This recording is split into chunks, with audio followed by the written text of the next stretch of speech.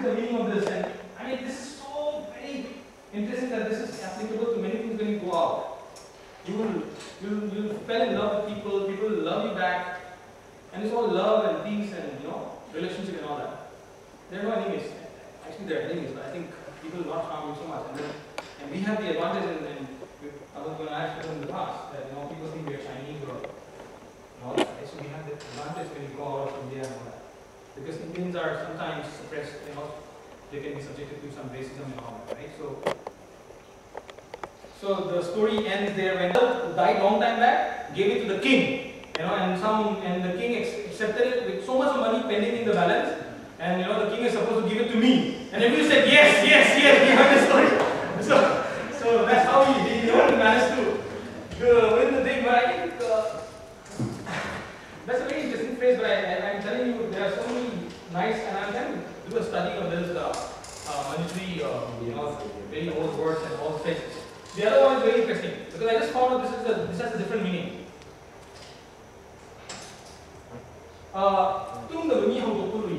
Because if you're not sleeping, nobody can wake you up, right? If you're not sleeping, I can't come and wake you up. If you're sleeping, I can come and wake you up.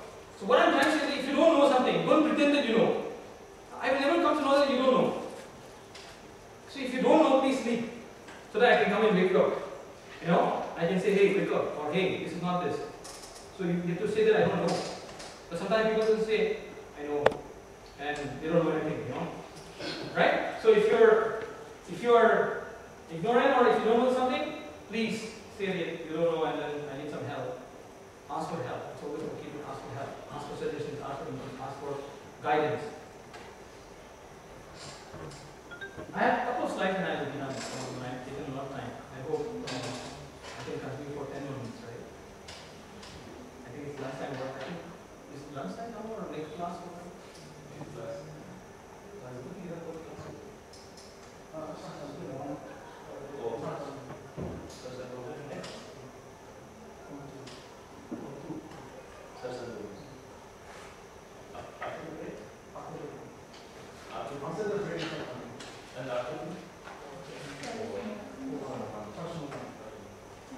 But I just have 3 more slides like that.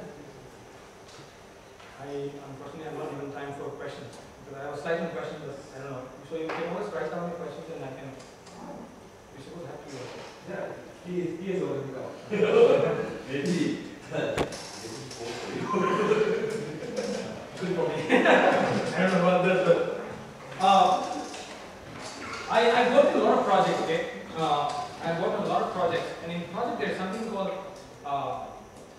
sequential planning. When you plan the project, you sequence the activities, okay? Or you do a parallel process. So, if you've read about project planning and all that, this is something that our elders always say. I say, it's a very easy statement, but it has a lot of meaning.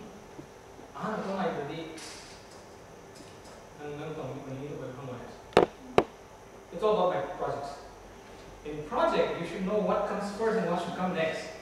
And you can't plan a project training today when people have not been hired for a company. I mean, you're not hired. How are you going to bring this trainers from America? Guess what? The people have not been hired. So in your project, you can't have training first and then hiring later, right? So hiring has to be first, right? You know what I'm saying? This is a very basic example I gave, but there's so many other things, and then Microsoft projects you can line down, and then there's something called critical path in the project plan. That critical path is actually time of the project duration, because there are other parallel things happening. While you are hiring people, you can actually build the documentation for training, right? And when your hiring is still going on, you can actually set up the facility and then make sure the computers are coming on time. You can have the software is being procured and all that, because people are there, training is done. But guess what? Software is not procured, and there's no computers in the room. How will you work? Those kind of things. So you have to plan it so well that every time you plan and every time you spend a lot of time or additional time in planning, it will lead to minimizing the issues as you go ahead. So life is full of mini projects. Studying in MIMS also is a project for you. Doing something next step is also a project. Plan that project well. The more you plan, the more better you become. The better you become. Okay, so you'll be able to see that okay, you'll be able to collect a lot of information to plan well. I've used a word called FMEA, but I should have said risk and mitigation. But remember this, okay?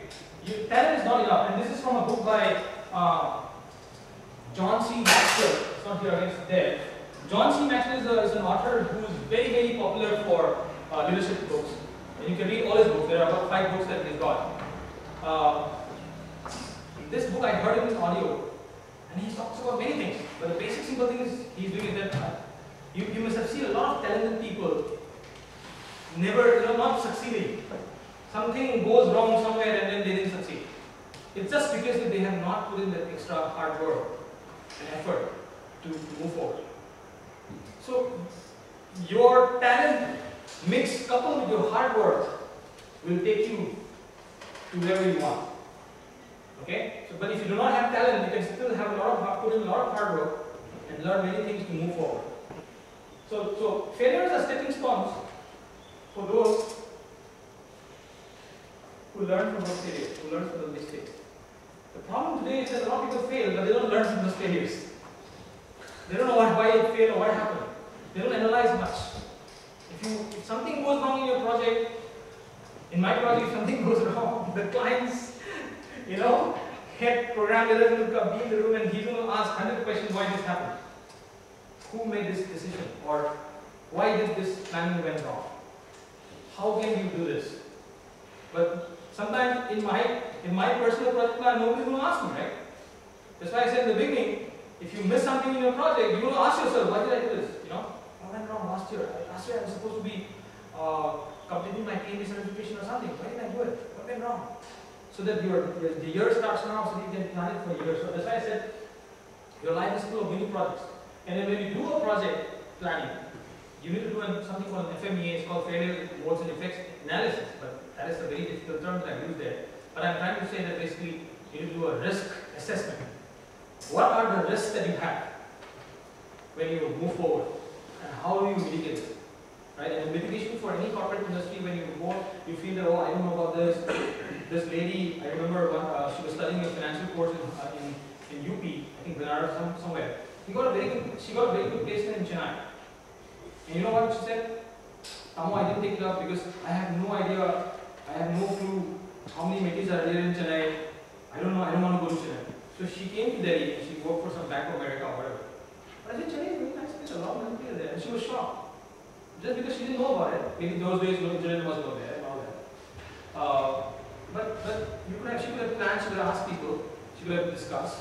I met a lady in Escorts Heart Institute in Delhi. She's a nurse over there. She said, as per our policy, we are supposed to work for 2 years in the US. I said, that's a very good thing, you should go to the US. And she's saying, no, I don't apply for my passport, I don't want to go there. I've heard that, African Americans over there or the US people are very rude. You can't go out, and you can't do this and all that. I said, who said all this now? I've worked with so many American clients and these are all wrong information. See, all this wrong information makes you take wrong decisions, right? So as I said, when you start doing risk mitigation for you, so if your goal is to become a business leader, if your goal is the next or makes that small project, if your goal is to work in a very good company as a management training in the next 2 years, there are 2 things that can happen. One, day you get placed from MIMS. 2, you may not get a placement because of whatever reasons. But if you don't get placement, what happens? How do you connect with people? When you connect with people, what are the risks? What is the interview process outside? How are things happening in Delhi? So you should always start thinking about that from now. You can't say, okay, let me finish my exam and then I'll think about it. Then you lose 6 months already. Right? So you do a lot of risk and mitigation planning so that you have every goal to be smart. Right? Smart goals. Smart is what? Specific, measurable, attainable, result-oriented, and time-bound. You can't say, I want to become an IAS officer. When? 2100. By the time you die, I mean, what's the plan? There's no timeline. So I want smart, measurable, attainable, result-oriented, and time-bound goals that I want to become an IAS officer. My plan is to write the IAS officer UPSC exam by 2015, and I'm doing a course right now. You know, so you have a timeline. You specify, you define the goals, right? That is always have a timeline. Just like saying, I want to lose weight. What does it mean? By when? How many pounds? How many kilograms? So if instead of saying I want to lose weight, you want to say I want to lose. My current weight is 75 kilograms. My actual weight is that, and I want to take it down 65. By 30th June is very, very tight, but I still say 30th June 2012, and I've just put a stretch target to myself. You know, it's a stretch target. You may not achieve it, but you will try to achieve it. So if it's not 30th June, and you cannot measure your goal by the time you said in January that I want to lose weight, or I want to reduce my weight by 10 kilograms from the current number to so many number by June 30th. And guess what? You don't do anything. 29 June, you wake up and you're standing in the scale. From 75 you become 80. You know? So what happened? Because you had a goal but you never measured it, right? You have to regularly trace, where am I? It could be 2 weeks. So in projects, as I said, your life is a mini project. You're going to check mini milestones. Where are you? Where am I? So either you have a weekly update based on the critical of this project. You'll have a weekly update. You have a fortnightly update. Sometimes we call it bi-weekly, but you have a monthly update. If the project is very, very critical, because the time is pushing a lot, you might have an update every 2 days, so twice a week, or end of day report. Very critical. That's how you monitor your progress. So monitoring the progress is so essential for your success. So that if something is going wrong, you can always change the course or look at what's happening with additional people, right? So if I'm constructing a building, let's say a building or something is getting constructed, and I monitor it so well that okay, I want to build this in 1 year. If I monitor it every month, I will know that okay, I want to complete this by 31st December 2012. By January end, I will review it. Can I still meet it? By February end, you will say, can I meet it? By March 31st, you can say, oh, I'm running out of resources and something is going wrong, this casting is wrong, something fell down.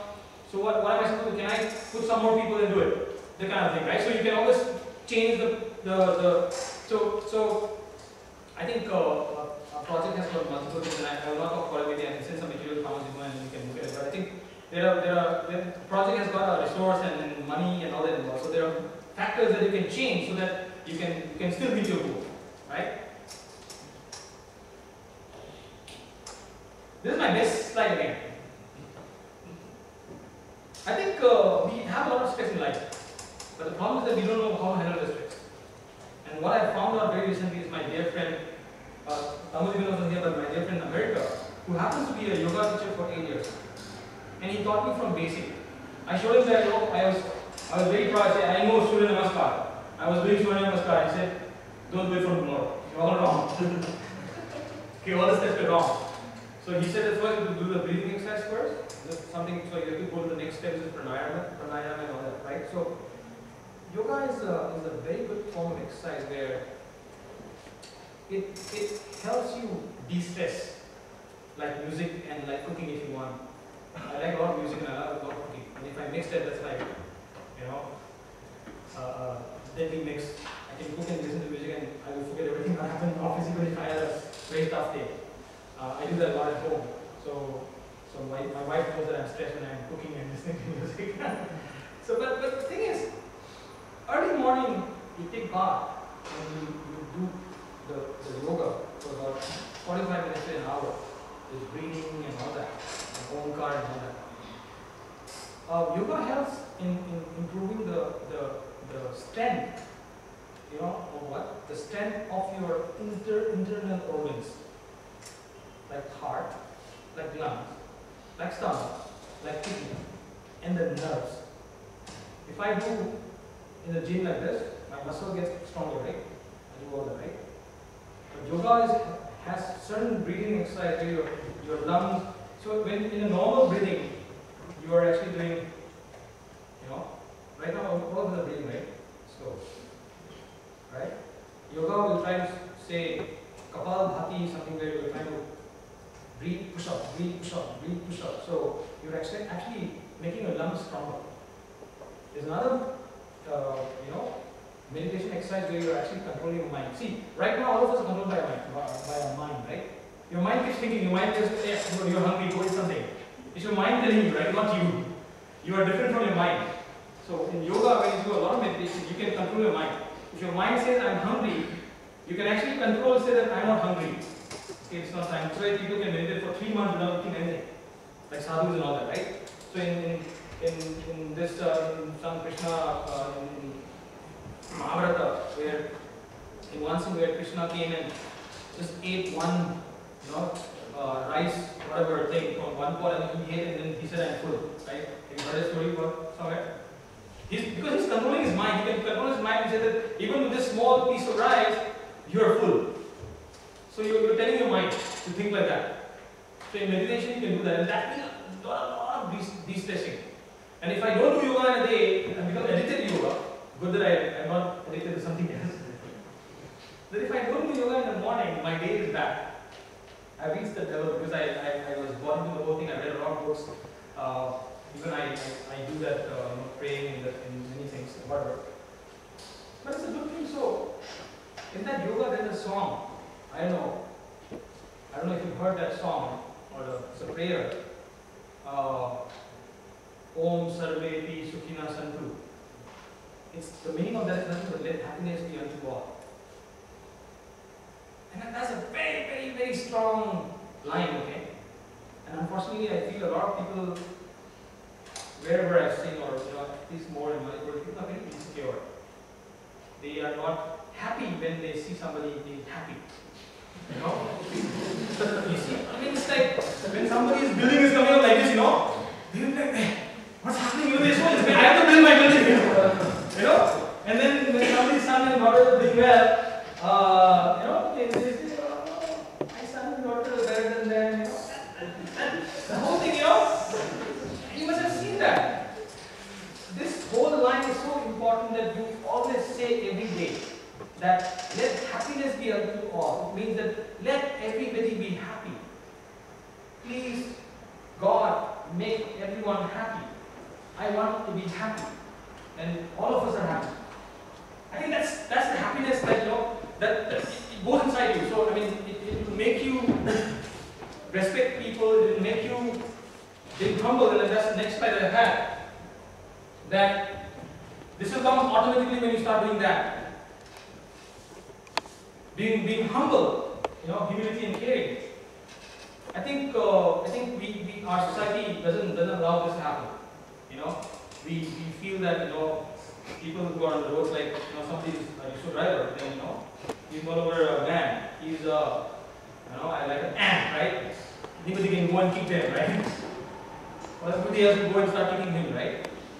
So I think I'm not trying to give an example of America, but in America is a line that they have their own rights and not rights, and nobody. America also has a lot of other things, negative things, but I think the respect for life is so critical, and respect for people who are handicapped in the US is so. The government makes sure that people who are handicapped can live their own lives. Okay, there are special parking laws for handicapped. If you go and park there, you'll be fine. There are buses where the doorway is open and this sliding thing will come down so that the handicapped person can just push his wheelchair and it will take off. So everything is there for everybody who is handicapped, special child, whatever they call. So and then humility and caring. People care for one another, and that's very, very important. And the interesting thing about US households that I've seen is that there are two houses living in my colony, whatever. You never know which one is rich and which one is poor. If that guy might be earning just $30,000, the other guy might be earning $200,000, you'll never know because many things are same except the difference in the cars. Even though people who are rich, they will drive a BMW, or people who are poor, when I say not poor, but the difference is in middle class. But when you look at the house, you will never have differences. There's no VIP line in electricity, right? There's no VIP line. There's no VIP line, I'm serious. This VIP line is very dangerous.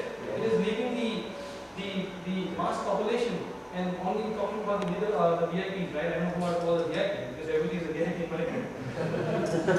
So I think it's important that when you are out of this college, okay, and you need any spend a little time on this last line. Because I've heard a lot of times where people say, I don't have time, and I don't think it will work, and I don't think any people will appreciate it. Talking about giving back to society, okay? Or I need to first become a manager, then only I'll start giving back. It's not that. And giving back to society doesn't mean, okay, doesn't mean that you need to go and start giving money. Like, money is a very different thing altogether. You don't have to give money to like 500 rupees here, 500 rupees here. I'm not talking about that. Giving time to society is spending time, giving your time to the people, to the community. Do something for the community. Open a library, take some funds or whatever, and then spend time with the children, coach them, help them, mentor them. A lot of that. There's so many things you can do besides money. Money will come from somebody else. Don't worry whether you're a local mantri or you're a local MLA or you're somebody engineer contractor. They'll give you money. But even if the money is there's nobody who is willing to work, coordinate and all that. So every lekai, if we have a group of 10 or 15 youths who are willing to build a society, build that lekai, every lekai in Manipur prospers. Manipur will prosper, right? And that's the message that you need to give to your juniors and your friends and colleagues and seniors, and you start doing it. Become the change agent. Don't say Yararoy, Weroy, Yadre, know that. Anything that you want to do in life, this is my last slide, taking a lot of time. Anything that you want to do in life, it's achievable, provided you take the first step. If you don't take the first step, it's not going to happen.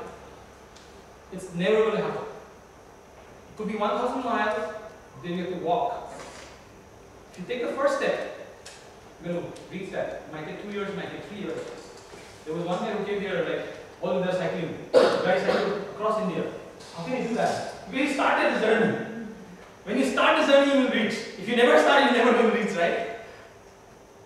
Do you agree with me on this slide? I mean, this is so critical that you guys have to, everything that I said just now, talking about your locality development, talking about your weight management, reducing your weight, or talking about something, developing your communication skills, developing anything, achieving anything in your life, okay? You got to start. If you don't start, you will never achieve it. Because you never started. So if you have to read a thick book, as I said, this friend of mine actually took 6 months. He had to read the book 3 times in the library, the 5th discipline. He just read 5 pages a day, he just told me. He read 5 to 6 pages a day. 5. In 30 days he has written, he has read 150 pages, right? So I mean it's so achievable that people doesn't know about it. And I have this simple message that I have is that don't think that I'm not an IIM, so I don't know what will happen to me. This is a question that I keep getting. It's not MIMS is going to make you a business leader. It's you who is going to use MIMS and the facilities out here to become a business leader in life. And I'm sure that if you work really hard, if you put the right kind of effort, if you have the right kind of contact, if you have the right kind of mentor, the right kind of guide, they will make sure that you go to the right path. If you're going here and you say, oh no, come back to this path. Stay on the path, stay on the course, right? And I'm sure that you will be able to achieve your goal in life and you will be able to contribute to society in many ways. So I wish you all the best, and I want to thank you all for spending a lot of time with me today. It was like taking extra time. So thank you, and I'll take some questions.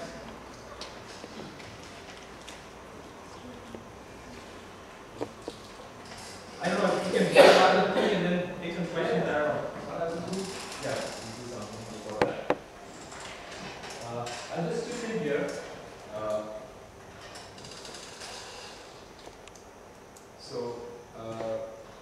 Mr. Samananda has come quite often here, but many a time, or for the last so many years, we are not in a position to something. Rather, you'd like to share his knowledge and his experiences, but he refused to take anything from us also.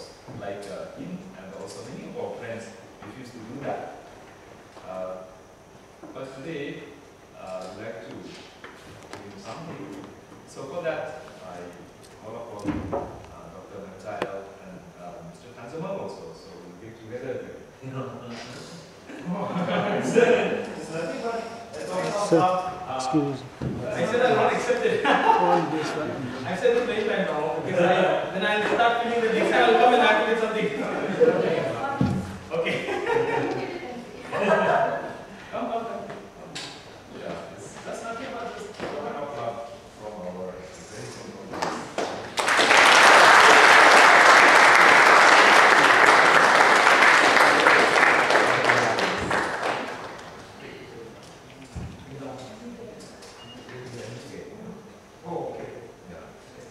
So, it has been, I just want to mention a few things here.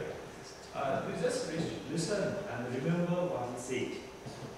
Because whatever he has said are very practical, because he has been a practitioner. He's a practitioner. He's not an academician. He's a practitioner.